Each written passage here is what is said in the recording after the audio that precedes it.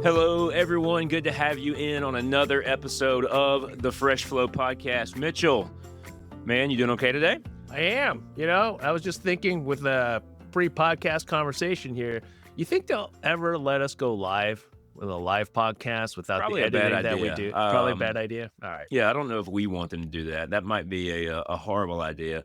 So I got to ask you, I'm thinking ahead. We have our sponsor, the AACD, Association of Anesthesia Clinical Directors Perioperative Summit, coming up soon. You are like our built-in, like Resi open table service. So you always find us an incredible place to eat. Have you started scouting yet? Do you have something in mind, or is that a last-minute deal for Mitch Sy? Saturday night, the Pearl. So The we'll see you Pearl? on channel side, Tampa. Okay, cool. All right. I have a menu to look at. I always scope menus ahead of time. And if I know Mitch is paying, I always choose the most expensive thing. And our guest is invited as well. So great. Well, what an incredible segue. We are happy today to have Dr. Zach Deutch with us. I first came across Zach last year at the AACD Summit. He gave a fantastic talk, which I'm sure we'll touch on here today. I'm looking forward to this because I think Zach is going to bring an incredible broad perspective because he's done a little bit of everything. You've done the academic thing at the University of Florida. You've done the private practice thing in Florida. You've been involved in ASA committees, the ASA monitor, et cetera. So, Zach, welcome in, man. Thank you for joining us today. Guys, thank you for having me, and definitely thank you also for the restaurant invite because I was worried I was going to be left hanging on that one. No, we're going to throw down Mitchell's credit card and we're going to get after it. So looking forward to that. first round of transfusion cocktails on me, right, Matt? Yeah, we were talking earlier. Mitch had it's a long story, but the transfusion is a golfing drink down here. I don't know if it is nationally, but in Birmingham, and Mitch got introduced to it. So, well, Zach, hey, I want to first ask about that ASA experience. I was listening to a podcast that you did on the ASA Central line not long ago, talking about just how you got involved. And it sounds like you kind of just did it, man. It sounds like you kind of just said, I want to be involved in some stuff. And you put your name out there. And now you've been involved in all kinds of stuff through the ASA Monitor, Central Line podcast, et cetera. What's the story about all that? How did that come about? Well, honestly, like the first 10 years of my professional life, I was in a private group in New England in Massachusetts. And at the time I left, there was maybe 100 partners in that group and associate type physicians. And the involvement was very small. There was maybe 2 people that were involved in the Mass Society, and they were not involved nationally. So it was not on my radar screen at all. Then when I moved here in 2013, I was very fortunate that Mike Lewis was our chair at that time, who's now at Henry Ford, who's a well-known figure nationally. And Mike knows everybody, and I think he's a larger-than-life figure for good reason. And he and I both started on the same day. And Mike said to me, you got to get involved in the FSA. And I'm like, okay. I mean, he's a really energetic guy, super sincere. He kind of draws you to him. So I believe I went to the first meeting I went to, which we have annually at the Breakers in West Palm. And I was just like, all the people Mike introduced me to, I thought these people are really cool. This seems like a good organization. They're actually doing good things. And it's something to do. Now that I'm in academics, the pace is different. I'm not managing a practice. And there's things to be done that, boy, we weren't doing it all in Massachusetts. We weren't involved at all. And I have to give credit to him. And also the people that I met initially were probably Jonathan Slonin, Dave Varlotta, Jay Epstein, and Jeff Jacobs. And these people are just super welcoming. Like the first meeting I was there, I ran for a delegate position, which are, in some of these states, they're nothing. But in Florida, these are contested positions. And I lost. And I'm telling you, like multiple people came up to me like right after to say, hey, don't get discouraged. It's a stepwise thing. Go for the alternate delegate. You'll still be on the board and you're going to stay involved, and just don't take your ball and go home. And I was really impressed with that. And so it just kind of took off from there. So, Zach, I think you're going full circle now. You started in private practice, you went to academics, and then you come back to private practice. We've talked about on this podcast sort of the commoditization of our specialty. Do you think there's the future of anesthesiology exists both within private and academic enterprises, or do you think one of them is going to give way to the other? Well, I'm going to hesitate because I wish I had a crystal ball. Everyone says that, but I wish I was truly an insightful enough person that I could really answer that with confidence. I think a lot of what I do, like everybody else, I'm going to be honest, is reactive. So when I see a situation that's bad, I'm like, oh, that's terrible. That's not going to work. So like you walk into a bad academic department that has low morale, poor leadership, a bad dean, bad promotion process, bad education. You're like, oh, academics is terrible. And then you walk into another department and you're like, oh, this is the greatest thing of all time. Everyone's supported. We're doing great things. The trainees are happy. The dean values us. We have great relationships with other specialties. Same thing with the private setting. You got people that are out there. I'm covering 4 rooms in 4 different sites. I never know what's going on. We don't get any respect. We have bad relationships with our CAAs, CRNAs, whoever. And so in each setting, you can get discouraged. And frankly, I tend to be a pessimistic person. I do think that all other things being equal, it is easier to be successful in academics because the parameters are more under your control. In other words, I'm going to qualify that by saying if you have a good chair and a good dean, it can be an easy thing to do in terms of success. In the private sector, you could be working at five guys working at a surgery center in suburban Seattle, Washington.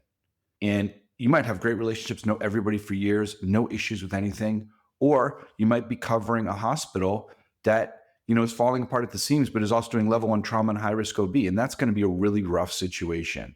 So I don't want to come down squarely on one side or the other. It's a recency effect. Like we remember things that happened to us right just like 10 seconds ago. My experience in academics most recently has told me that it is all about the leaders. And if the leaders are in place in academics, you really can get a lot done.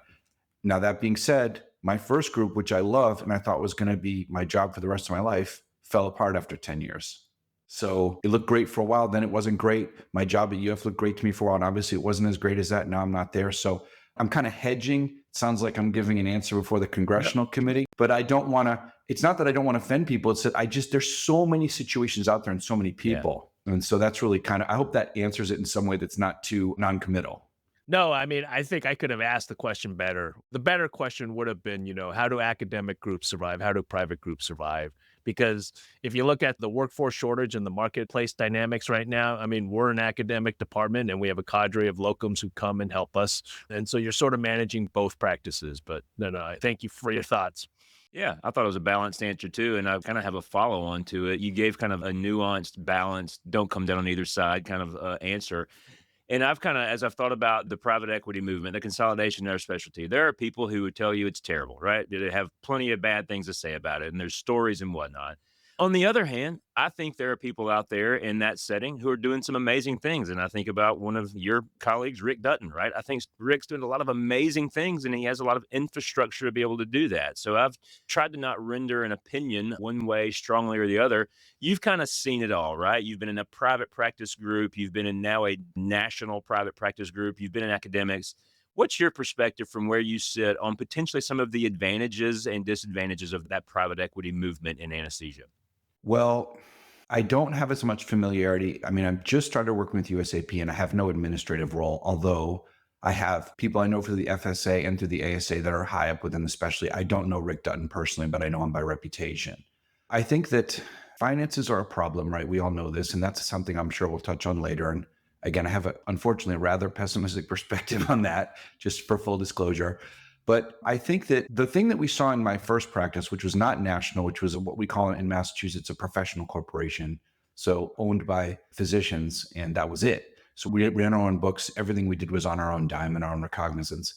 We saw that the economy of scale was huge for that practice. So on a micro level, we were able to negotiate contracts that were of this nature. We will provide between 5 and 8 sites every day with X number of days notice. So since we had like at one point greater than 20 facilities and over 200 professionals, we could flex up and down.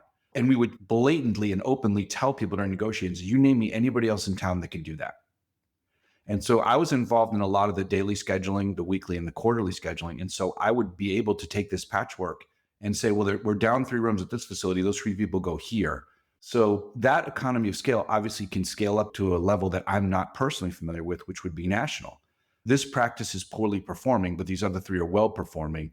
And a place that specializes in finance, not necessarily operations, can distribute capital in places that they need to be invested. And in other places that don't need help, just, hey, continue to run with it, knock it out of the park. I think the tricky part is we were experts, myself and several other people were experts in the operational standpoint. The question would be, does a firm that provides that financial backing, which is extremely valuable, also have the ability to provide that same appropriate level of operational expertise? And I'm sure it can be done. I just don't have personal familiarity with it. I think on the flip side, I think the more recent development would be, I was talking with a colleague out on the West Coast, right? Institutions are closing ORs because of the workforce shortage, right? So right there, it's sort of this automated balancing mechanism. If you don't have the provider, you can't open the OR. So I think we might be on the different side of the coin now. So I just want to switch gears. We're going to go for the Shakespeare play, where we're going to go with Act 3, where we're going to just pivot just a little bit so we don't go down the pessimist perspective.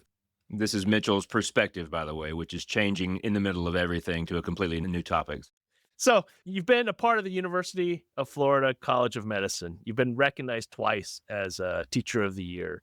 So, we've asked several of our podcast guests this question. It's obvious you're engaged on administrative operational side. What keeps you engaged on the educational side? Well, right now it's in transition because since I used to be highly involved when I was faculty at UF, so now I've kind of entered the world where it's just get the work done. And also for other people in the practice, not necessarily myself, it's managing the practice. So for me, I think that the things that I got involved in as like being like, you guys were nice enough to kind of involve me as a reviewer for your publication. And you think curious and all these other things you kind of do on the side. Those things are good for doing that.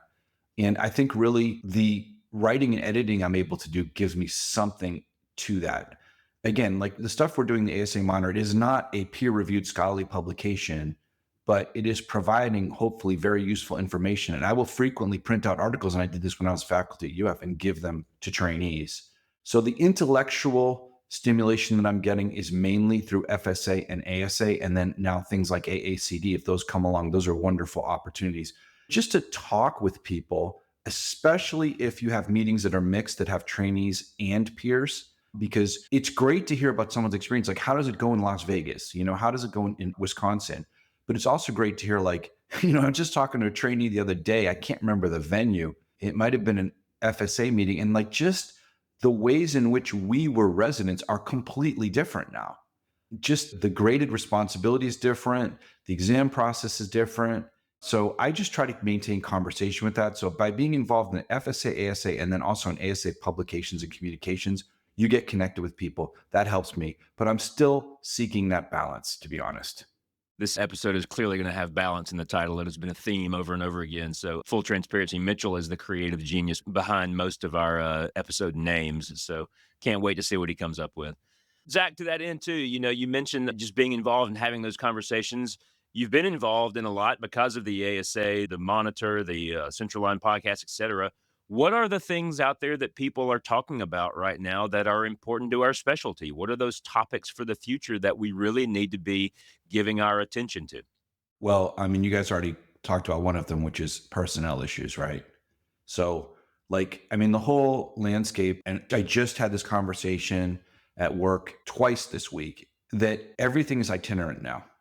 I mean, I don't know. There's some places I think that are doing okay, but everywhere I hear like X% of the staff is locum. So back in the day, you joined a group, like I joined my group, and it was like, okay, 3 years to partnership and you're all in, and this is your pride, enjoy your work product, and these are your peers, and this is your thing, and you're going to do that for the next God knows how many years till you get your gold watch, and then you're done.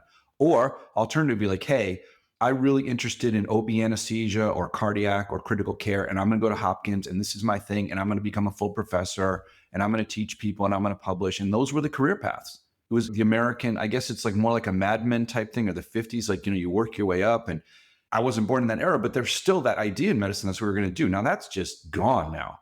I mean, it's like, hey, we can't fill the positions. This guy's coming in. He flies in from New York. He's here for 2 weeks. God love him. He's doing the job and all. But I think that's the major thing is so the work units are less cohesive because the people are itinerant, not necessarily incompetent or not necessarily unethical, but itinerant. Whereas for me, I'm like background in athletics, this and that. I'm like, hey, rah, these guys are my team. And it's just harder for me to get around that. Even where I work now, we've got nurse anesthetists who are on locum contracts have been there for 2 years. Everyone thinks they work there permanently, and they're wonderful people, but it's harder for me to get my mind wrapped around that. I'd say staffing is a big issue, and escalating what is included in what I said, in at least inferred, is cost of staffing. Because itinerant staff means locum staff, you're paying a premium, is crippling. And so that's the biggest thing. And then, of course, the other issue, which is always an issue for us in the specialty, is scope of practice concerns. I think that's not unique to any state or any location. It's everywhere. And then also, that's an issue for us in Florida, obviously legislatively every year. And then finally, another issue that's germane to everybody is title misappropriation. Doctor this, resident that, fellow that. You guys all know what I'm talking about. So those are the three things I'd say. I'd say staffing, labor, and economics of that, scope of practice, and nomenclature/title misappropriation. No, I just want to echo what you said about, how do you manage the itinerant work pool? We're an academic department now, and we have an academic responsibility to train future anesthesiologists. And like you said, we have a cadre of individuals that come up here, help us pitch in. They're great. One of them actually was division chief for 3 private practice groups. And so we asked him and said, hey, would you be willing to teach the contract and negotiations lecture? And he said, absolutely. Right. So there is that aspect of how do you treat them like they're your own, right? They're your family. They're here to help you. Granted, they have different responsibilities than everybody else has, but finding a way for these individuals to actually pitch in the academic mission, I think, is important for our specialty. Yeah, I think that hats off to you guys for being open like that, because people are doing locum work and temporary work for all sorts of reasons. And a lot of these people have family concerns, health concerns, life concerns. Like there's something they want to do that the 5 days a week plus call job has been killing them from doing. So you're seeing all sorts of people out there. And some of them, as you point out, might come from really, really impressive backgrounds. And so instead of turning up your nose, I'd be like, dude, you're here. How many days a month? I mean, can we harness that? I mean, that's a great way to be. And that's a really appropriate and humble way to be. Like, you're there to help people learn to be the best professionals they can be. And if I'm trying to think of a name that's not going to be offensive to people, like let's say, Michael Jordan gets lost in a snowstorm, bring him in and give me a lecture about excelling in a high profile environment, whoever comes in the door. So that's a really good thing to do. And I applaud you guys for that. And I do miss, when I was at UF, I used to run a practice management seminar every year for doing exactly the things you're talking about. Like basically, like, guys, here's all the stuff that you want to know that you don't know about. Like contract negotiations, how do I interview? Where should I go? What type of a job? Should I do a fellowship?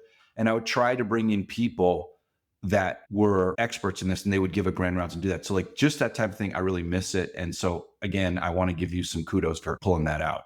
Well, if you want a word of advice, don't take advice from me. But we get the opportunity to actually write reference letters that ask you to be a reference, and they'll go to another department, another job. But I make sure that anytime they apply to an academic department, I note that they've given a lecture in my department, so they should probably give one in theirs. And that'll decrease the number of references you'll be asked to write. So just put that in perspective. Understood.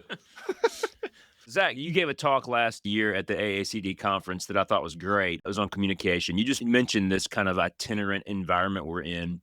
I mean, depending on which Joint Commission survey, what year you look at, you talk about sentinel events, communication is a huge part of it, 70 to 80%, depending on which year you look.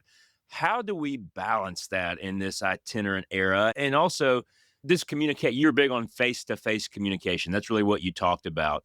I imagine this is something that's a passion for you. And when you just said you have a background in sports, now it's starting to make sense to me.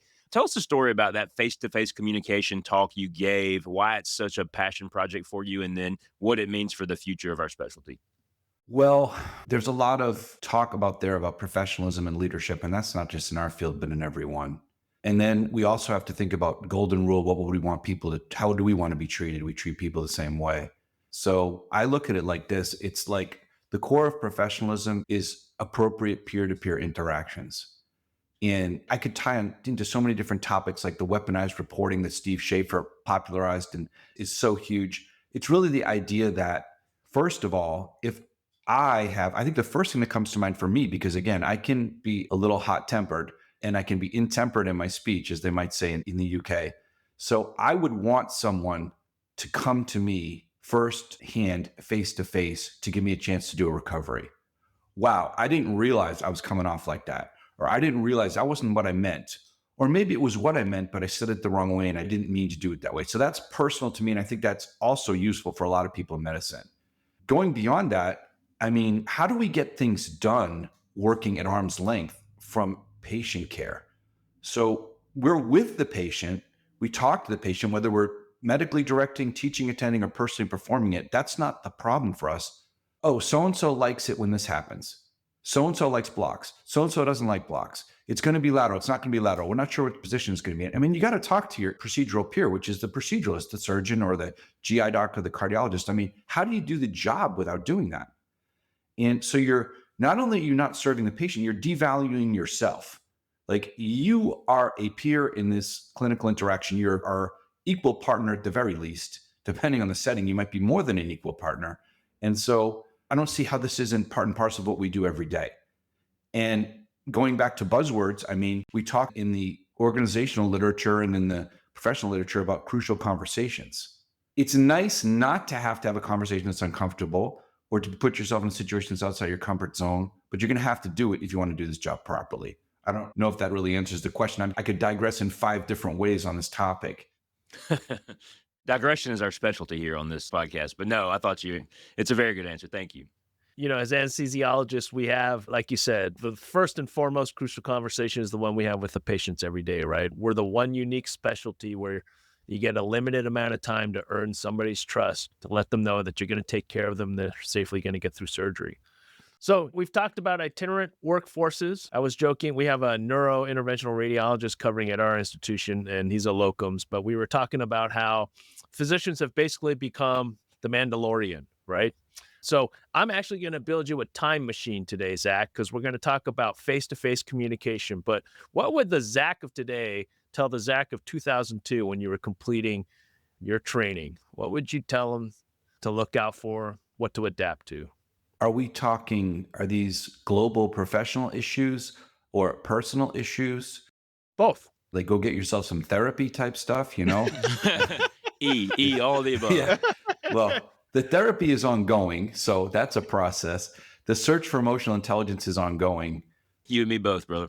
I think that the hardest part that I had, honestly, and I don't want to, this is going to be kind of touchy because the real issue was I think I made the best possible professional decisions I did at the time when I finished my cardiac fellowship in the group that I joined. It was an excellent group of very high quality, and it was located in an area that I thought I wanted to live, which was New England. And it just looked like it could be a lifelong job. Again, the Mad Men type thing, right? But not Mad Men in that people weren't being harassed. We weren't smoking cigarettes. We weren't racist, prejudiced, whatever. It was progressive. But then that group fell apart. And so I never could have predicted that. There's no way I could have given myself advice. And frankly, I did everything I could to try to make things work within that group. And there's a whole other backstory to there, which I could deliver to anybody offline. And I'll probably do in Tampa if people are interested. So that would be the number one thing, would be able to tell yourself, well, I hate to tell you this, but you're going to spend 10 years here and it's all going to be for nothing. So that really doesn't translate.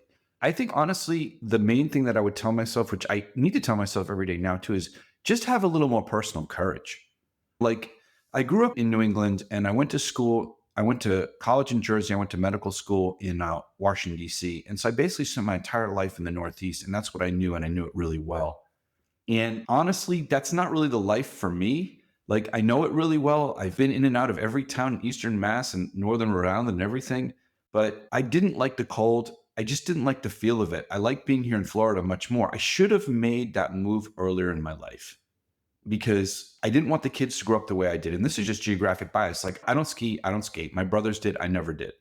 So like during the winter, it was like kind of miserable. We were inside a lot, even if you're into that stuff. And so like, I'm like, well, I want the kids to be outside. I want them to be able to do this stuff. And so to be able to be more active. And so once we moved here, that happened immediately. And I think it's worked out well. That's personal to me. That's not to say, people that live in Vermont, you're crazy. Some people love that stuff. Just for me, it wasn't for me, but it took me so long to have the courage to make changes. I was so used to being in a regimented thing. And that was why once I got done with medical school, I was like, well, I've got to do my residency up in Boston because that's where I'm from. I was lucky because Boston has some excellent programs. But again, it would be just being able to make change and know that I lived in the same house until I was 25 years old. So I'm like, oh, that has to be the same way for my kids. It's like, well, that's great, but sometimes it doesn't work. So you got to be able to think outside that framework. I think that's the one thing I'd say is just have some courage, take a leap every now and again. Thank you, Zach. Vermonter, I don't ski. I take my kids to the ski resorts. I'll skate with them at open skate, but I don't play hockey. But I look at winter as sort of like the academic productivity time where you set up everything, you can get things moving later on down the road. But yeah, I think the one thing that we've sort of touched upon is just this. It is an uncertain world. It's not going to be like it used to be. And this is Ray Dalio, Bridgewater Associates, right? And I think the world's going to change a lot faster as we keep moving forward. Yeah, I do the same thing with our residents, Zach. I've tried to have, as a guy whose story is very similar to yours, private practice that I always wanted to be in. And, 10, 11 years into it, it kind of dissolved, and that's okay. And moved on to academics and now having a blast here. So I see our residents really agonize over which job am I going to take. And they kind of feel like they have to make this perfect decision, take the exact right job where they will go 30 something years, get the gold watch, go to Hawaii, like you mentioned. And I kind of try to encourage them that, hey, number one, world's different. It's a very volatile, uncertain world. That's unlikely to happen. You don't have to make the perfect decision. Make the next right decision for you and your family. Go do an outstanding job. And if things change and you end up moving, it doesn't necessarily mean things went wrong as long as you learn, right? As you learn and you move forward to the next thing. And honestly, you can kind of get bored after a certain amount of time at a certain place. And so sometimes it's good for us to reinvent and go do different things. So, to that end, when you're giving advice to residents, what do you tell them they should go do? Like I ask them all the time, like, do you see yourself doing cardiac, ICU? That's a great kind of way to align yourself with, I think, the future of our specialty, the sickest patients in the most high acuity settings. And then Bob Stiefel came on this podcast and said, hey, Matt, you can't blame people for going out and taking advantage of the market right now and paying off some debt and making some money. So do you try to steer them down a certain path? What advice do you give them about what they should align their career with in the future? That's a really good question. And for me, it's easy because I'm super pragmatic, right? So, first off, the easiest people to advise have been people that have visa issues, immigration issues. Because here in Florida, we get a lot of people, as you know, that come from Cuba, Central America, other places. And so all these waivers that people are looking for in the programs, these are going to fill. People want to be part of this community, or it's not foreign to them. So I tell people, like, especially recently, we've had people that came from Venezuela, and it's obviously a very unsettled situation and very, very traumatic for people and their families. And several of these people told me, I'm never going back there. It just isn't going to work. And so I said, well, if you're never going back there, you've got to be darn sure of your immigration status. So I counsel you to choose a program that you know will be able to get you that waiver. So we had people go to places like Arkansas, Oklahoma, West Virginia, and do very well with that because for whatever reason, and shout out to our rural medicine colleagues whom I love. And, I love the idea of rural medicine. I don't do it right now, but it's near and dear to my heart.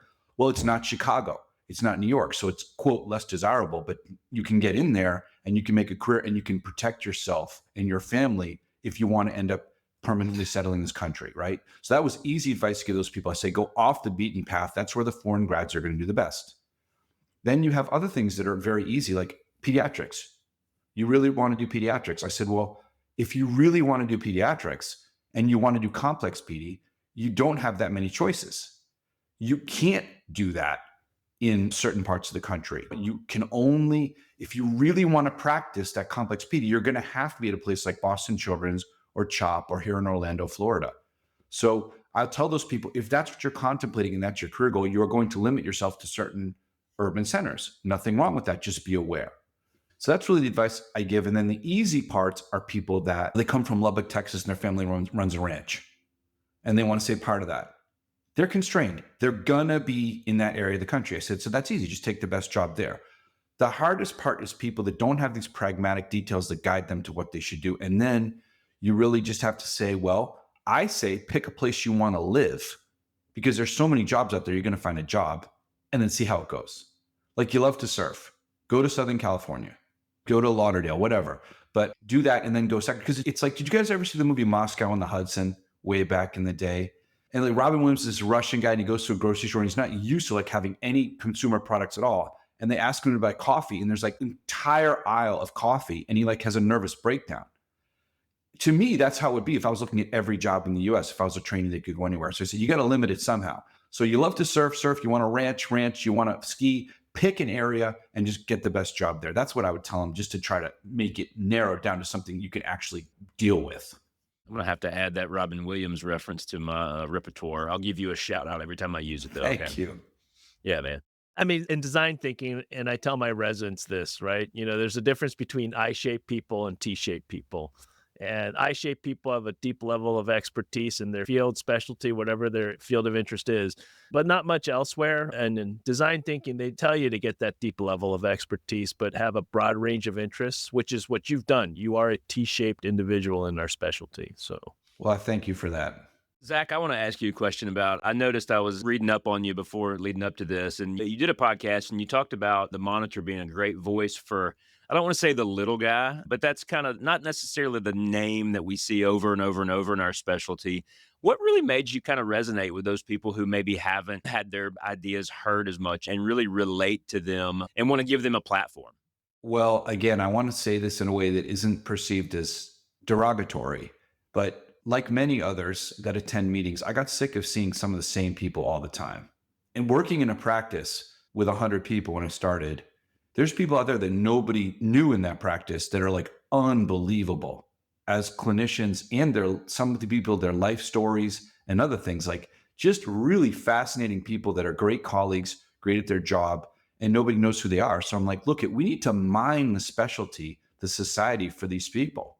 And it's not to denigrate people. Like if you are full professor at UCSF and you are full professor at Harvard or whatever it is, there's probably a good reason. You probably have some expertise. But we need to reach further than that, because we need to be a society where people like feel valued and feel like the society is about them. And so that's really, I think, kind of, it was my personal experience talking to people, because I like to talk to people and I like to hear their stories because I learn from it. I try not to overtalk them. I try not to dominate the conversation. That can be a problem. But if you actually listen, you actually learn stuff. So I figured the more people we can get involved, the better it is. And there's a lot of people out there, they were editor of their student newspaper and they went to a school like Michigan. Like they're almost a novelist, for God's sakes. Like, why aren't they writing these things? Why aren't they writing it? Like, why aren't we hearing what these people have to say? Or like the guy who does like 7 different blocks blindfolded and he uses his toes with one of the needles. Like, I want to hear about these people.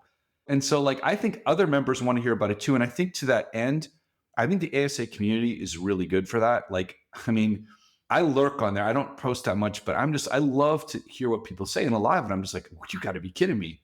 But that is our peers. That is our reality. These people aren't making this stuff up. So I think for me, as a person who is involved in ASA communications, I want to hear from everybody and I want everyone to feel like they can contribute and get their opinions, name, something they have to contribute out there for other people to read. That's how I look at it. So, Zach, I'm listening to you. I just wanted to let you know, and I recognize that people are probably sick of hearing from me from the AACD. So I will be stepping down in March this year. It's been quite a journey of 6 years, but absolutely looking forward to seeing you again in March. And then if we ever find the guy who can do the blocks with his toes and his feet, I think we need to find Daniel Day-Lewis, convince him to come out of retirement, and then we will remake My Left Foot for our specialty. Yeah, it is incredible. There are people that do things. I'll give you an example. Like there was a guy in my old practice, Mukesh Sarna, who I did a Ask the Expert column with, who now he was in a partner mail group. He's worked in UK, he's worked here. One of these guys, like very, very skilled clinically. And he was doing a lot of office-based anesthesia, but also doing other stuff. So then when the group blew up, he ended up just taking that office space and he made a company for himself and my other friend, Anil Soni. Well, he was doing abdominoplasties in the office and it was going okay. Really good friends with all the surgeons. He's very professional, very good with the patients. Nurses love him. But, abdominoplasty in the office kind of isn't that good. They're trying to do it under a lot of tumescent and some sedation. And he's basically described as a patient like, ooh, ooh, ah, ah, ah. Like, it's not a good experience. It's not pretty. So Mukesh is like, well, what if we did this? What if I put in a thoracic epidural and dosed it with chloroprocaine to do the anesthetic that way? And then a little bit of propofol. And of course, the surgeon respects him, knows him for years. Like, whatever you think. So he goes ahead and does that. First case, surgeon's like at the end, that was unbelievable. That was the best relaxation I have ever had. And the patient's like, that felt great. And I think what he probably did is he even dosed it with low dose bupivacaine before he pulled the catheter. So the patient was able to ambulate out of the office, but still had some analgesia in the thoracic area. So he told me about this. I'm like, dude, you're brilliant, right? That's such a great technique. Now you got to know what you're doing. You can't wet tap that patient. You can't stab him 50 million times. It's self-pay cosmetic, but he pulled it off and he pulled it off a number of times. So I was like, I want to hear from people that have these great stories about how they do stuff. I want to learn that way and not just be like, oh, because I don't know how to do it, then it's not right. It's like, well, you got to be more humble than that. You got to learn. And what was funny is when this came up during our board of directors meeting, and I talked about that, someone's like, I heard Mukesh is doing this. I'm not sure about that. I'm not sure it's safe. And I go, stop right there. Stop right there. Not only is it safe, it's effective. The patient loves it. The surgeon loves it. So just because you don't know how to do it or you're too afraid to do it, don't crap on him, right? So that I kind of digress. But again, the thing is, there's people out there doing all sorts of brilliant things that I don't know about that might be in a book or might not be in a book. So these people, they should be sharing their stuff to make us all better. Let me know if anybody wants to go on a joint venture for sedation for tattoo parlors. Oh, wait, that's already been done in Miami. It's already a thing. You're late, brother. You're late. Not just that, but then there was the nurse that I worked with that was with this company called Disappearing Ink, INK. So it's not the tattoo. It's like, oh my God, I'm marrying into this family. I can't have this tattoo. Now you need the sedation for the removal too. Yeah. Just future opportunities, right? It's all growth opportunities for the specialty. Zach, this was fun, man. Really enjoyed your perspective. Really enjoyed hearing from you. Thank you so much for doing this with us today. Thank you, guys. It's very nice to be with y'all. And I hope that people listen to this and enjoy it. Take it with a grain of salt, of course. Just one man's opinion. And if you're looking for Zach, he'll be in Tampa, March, first weekend. Yep. All right, guys. Hope y'all have a great rest of the day. Thank you guys for listening in to another episode of the Fresh Flow podcast. We will see you soon.